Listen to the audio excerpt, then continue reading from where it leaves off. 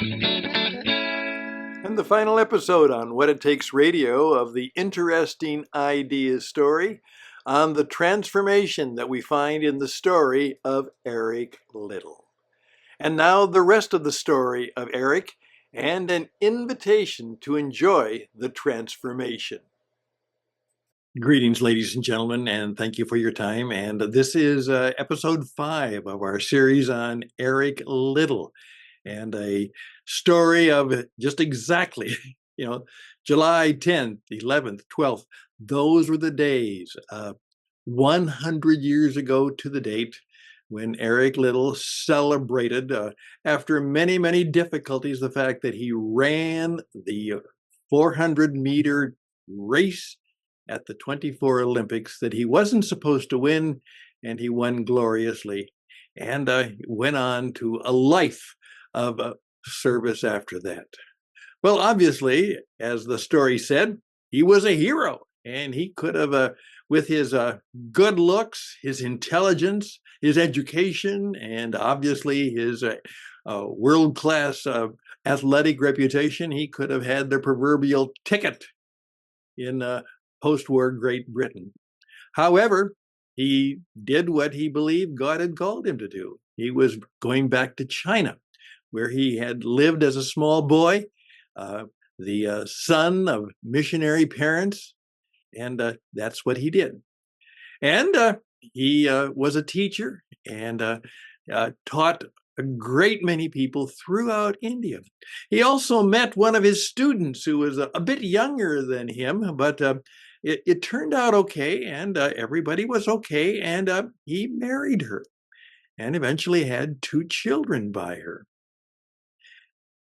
A story interrupted with the Second World War, in which the Japanese came through, of course, and captured large areas of China and put many people in danger, particularly those who were expatriates like the missionaries.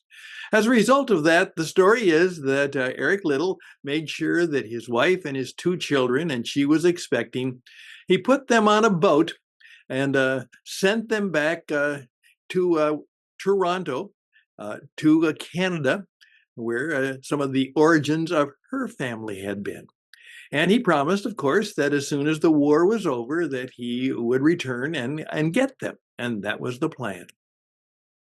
Well, it turns out that the expatriates were not only captured, they were put into internment camps. Now, these weren't the torture concentration camps of Nazi Germany, or the prisoner of war camps quite that the Japanese were so cruel with, but the internment camps were no picnic. They were a difficult prison stay. And the story is that right there, and I will tell you very, very much that he, in effect, was well known throughout that, as he spent the time working with youngsters, teaching and coaching, and having a significant impact.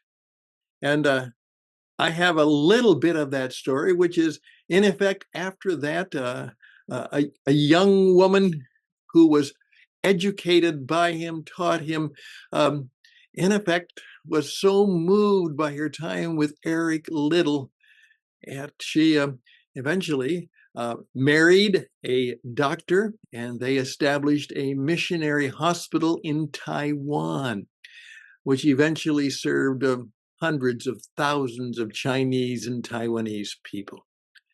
And eventually that story led to a little bit of my own personal story. But the story of the Dittmanson family in Taiwan is one that you need to check out.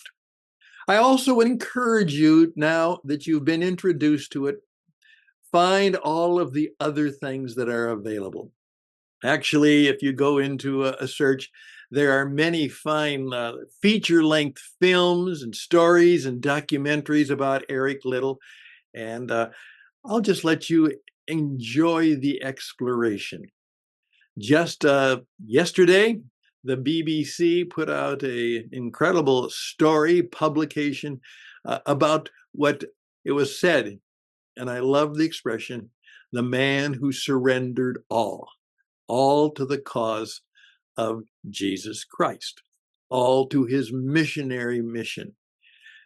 And hopefully, as the war was coming to an end, that he was hoping that he would be able quickly to go back and retrieve his family, see his family that he had now, and actually another young daughter who he had never seen.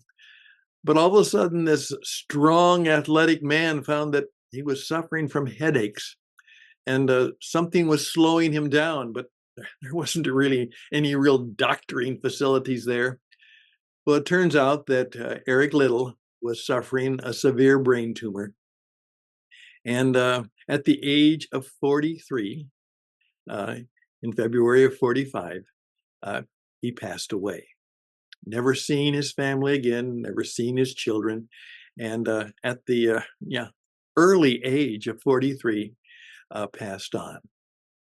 And that's the story.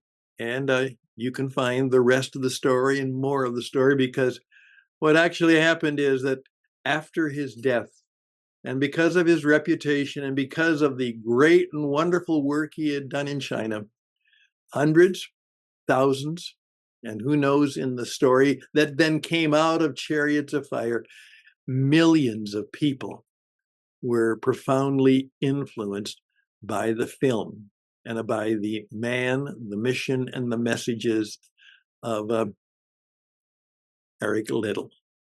And by the way, very shortly, within the next day or two, a remastered, redone, renewed vision of that film from the 1980s will be available. And I certainly plan to see it, and perhaps you want to see it too. So I just pass that on to you and hope that you will take time this summer to share this story with others, read more about it. I'm not going to make it public, but there is a relationship to actually my life as a result of something that I was privileged to do that actually has its roots, very roots, in the man, the mission, and the message of Eric Liddell. I'm a little bit a part of his story. I'm not going to make that public, but I will make it private. If any of you are wanting to see it, just let me know, and I will be glad to share a short video story of my own personal involvement and personal gratitude in being part of the Eric Liddell story. Well, thank you very much for being with us during this time, and I do encourage you to celebrate the man. But as he would say, it's much more important than you celebrate the man he served and the mission he served in and the cause that he believed in. That's what he would want, and I'm sure that's what he would say even today.